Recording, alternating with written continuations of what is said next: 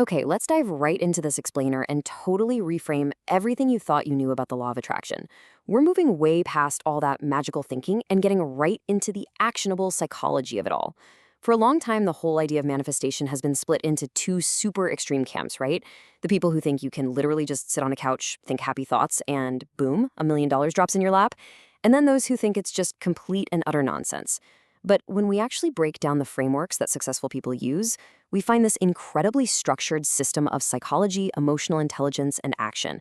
So today we're going to crack open the exact mechanics of how this whole thing actually works. Now, it sounds completely counterintuitive, but tying your happiness to one highly specific material outcome is exactly where most people fail right out of the gate. Seriously, think about it for a second. Have you ever known someone who just completely obsessed over getting a specific promotion or marrying one specific person, and they were just utterly miserable the whole time they were chasing it? And then, the crazy part, sometimes they actually get the thing, and no way, they are still miserable. It happens all the time, and it's simply because they are targeting the wrong thing entirely. So, the absolutely crucial point here is that we are actually chasing feelings, not things. Confusing the two? Total recipe for disaster. Like when you say you want to be a CEO, you don't actually want a piece of wood with three letters carved into it. You want the feeling of power, or maybe the feeling of freedom or growth. When you say you want a specific relationship, you actually just want to feel companionship, trust, and love. If you don't separate the material object from the actual emotional need, you're setting yourself up for failure from day one.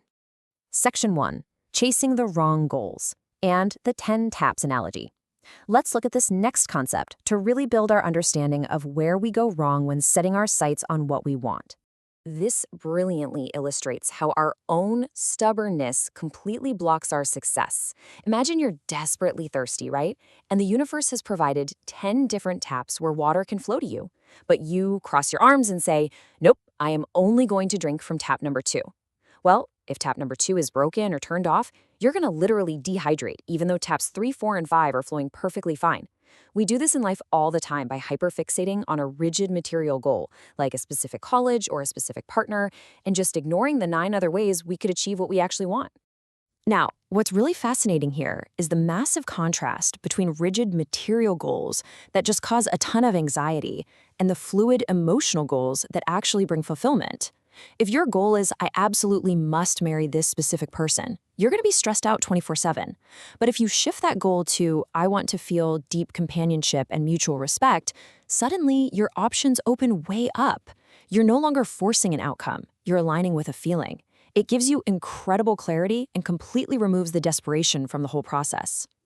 Section 2. The real law of attraction. Getting past the myth of just thinking positive, let's see what this framework actually requires to work.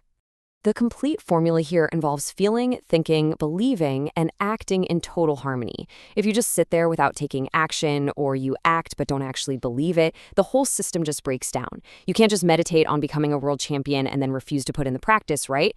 But by the same token, you can't practice 12 hours a day while constantly telling yourself you're a failure, because that negative energy is going to sabotage your performance anyway.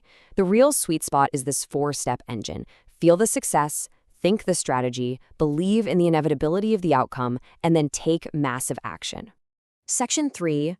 Mastering your emotional needs. To actually use this framework effectively, we've got to diagnose our inner psychology and figure out what we actually crave at a fundamental level. Every single human is wired with these specific core needs, and if a need like love or growth is blocked, no amount of positive affirmations in the mirror will fix it until you address that blockage. In the framework from our sources, these needs map directly to the body's energy centers, or chakras. So if you're terrified to speak up, your growth is blocked. If you inherently distrust people, your capacity for love is blocked. You can repeat, I am happily married 1,000 times, but if your core need for trust is shut down, you're just going to unconsciously push people away. I really challenge you to literally write these 2 lists down right now, because whatever you don't consciously avoid from the second list, you're going to accidentally attract right into your life. We spend so much time obsessing over what we want, right? But knowing what you absolutely refuse to tolerate is honestly just as powerful. If you don't actively say, I do not want to feel disrespected, I do not want to feel helpless, you will naturally just drift into situations that make you feel exactly those things. Clarity is absolutely your greatest shield here. Section 4. Your emotional buttons. Okay, let's dive into how we unconsciously sabotage our own relationships and peace of mind. This concept is a massive wake-up call. We all have emotional triggers or buttons. The source material talks about this couple on the brink of divorce. The husband got angry over the tiniest things. His anger button was incredibly easy to press. Like, his partner forgetting the tea would set him off instantly. But the wife's love button? That required her husband to surprise her with gifts 3 times a week and unconditionally agree with everything she said 365 days a year. I mean, good luck with that, right? We make it so easy to trigger our negative emotions, but we set impossible, highly demanding standards to just feel something positive like love. Think of it exactly like a video game. If you make your love buttons way too hard to press, your partner feels like they're playing a rigged game, and they eventually just give up. If you're playing a game with a kid who keeps changing the rules so you lose every single round, you're gonna put the controller down and walk away, for sure. And adults do the exact same thing in relationships. If you make it impossible for your partner to make you happy, they'll stop trying. The real secret here is to make your positive buttons incredibly easy to press and your negative buttons incredibly difficult to press. Section 5. Healing with Ho'oponopono. So what happens if you're just too burdened by past traumas and emotional scars to even start feeling positive? How do you move forward? Well, unhealed trauma is essentially like a rotten sandwich sitting in your mental dustbin. It naturally attracts flies and negativity. You have to clear it out to become the flower that attracts bees and positivity.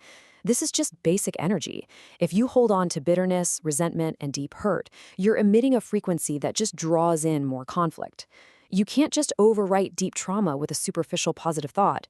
You have to clean the slate first. Now, this next story sounds like pure magic, but it's a documented intervention. A Hawaiian doctor named Dr. Hugh Len used Ho'oponopono in a psychiatric ward for the criminally insane. The place was so dangerous that staff were constantly quitting. Instead of traditional therapy, he literally just sat in his office, looked at the patient's files, and practiced this ancient healing technique on himself. He didn't even speak to them directly. Within months, patients were taken off heavy medication, and within a year, the entire facility was closed because the patients had actually healed. And how did he do it? By chanting these 4 incredibly profound statements. I am sorry, please forgive me, thank you, and I love you. By chanting these frequencies of accountability and gratitude, you can hit the ultimate reset button on deeply embedded emotional pain. These phrases aren't about taking the blame for someone else's terrible actions. They're about taking responsibility for the energy you're harboring inside yourself. I am sorry, and please forgive me. Release resentment. Thank you brings immense gratitude. And I love you replaces that void with the highest positive frequency. It's literally an internal emotional shower. Section 6.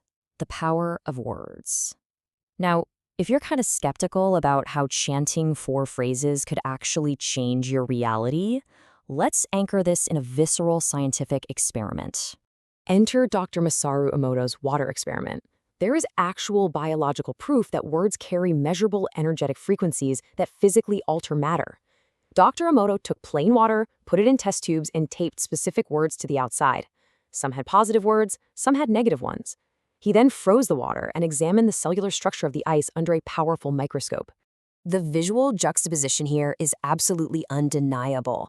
The water exposed to words like love, thank you, and peace created this breathtaking, beautifully symmetrical diamond structure.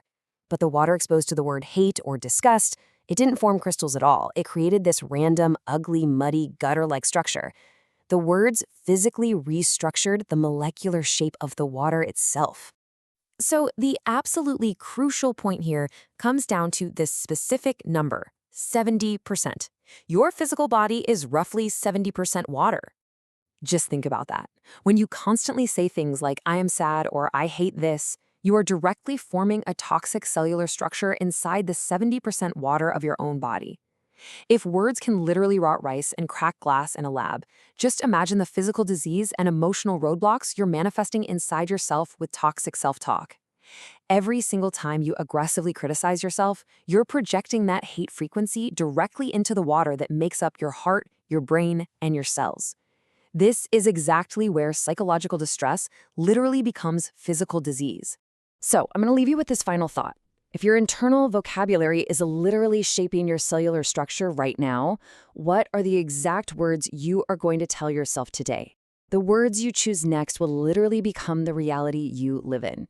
You are the architect of your emotional buttons, your material goals, and the very cellular structure of your body. So adjust those buttons, focus on the feelings over the material objects, and speak to yourself with those same 4 phrases that heal.